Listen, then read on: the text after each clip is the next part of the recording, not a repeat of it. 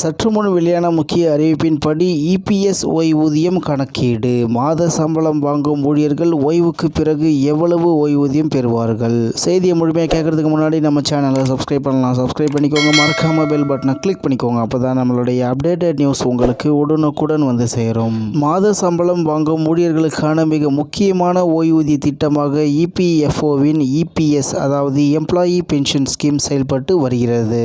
இந்த திட்டத்தின் கீழ் ஊழியர்கள் பணி ஓய்வுக்கு பிறகு மாதந்தோறும் ஓய்வூதியம் பெற முடியும். மேலும் இபிஎஸ் ஓய்வூதிய கணக்கீடு எப்படி? ஊழியர்கள் மாத சம்பளத்தில் இருந்து 12% இபிஎஃப்க்கு செலுத்த அதே அளவு தொகையை முதலாளியும் செலுத்துகிறார். இதில் 8.33% இபிஎஸ்க்கு செல்கிறது.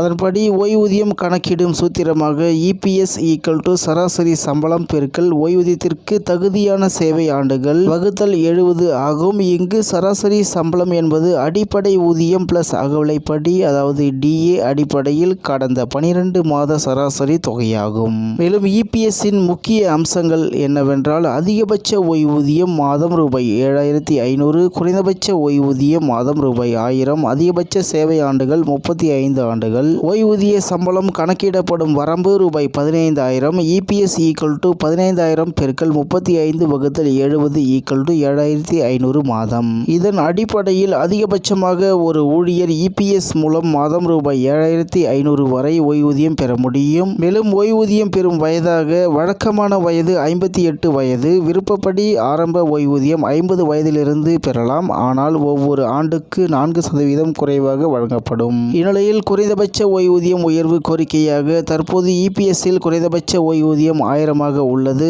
ஆனால் பணவீக்கம் மற்றும் அடிப்படை தேவைகளை பூர்த்தி செய்ய இது போதுமானதாக இல்லை என்பதால் குறைந்தபட்ச ஓய்வூதியத்தை உயர்த்த வேண்டும் என நிபுணர்கள் கோரிக்கை விடுத்துள்ளனர் என்று தகவல் வெளியாகி உள்ளது என்பது குறிப்பிடத்தக்கது.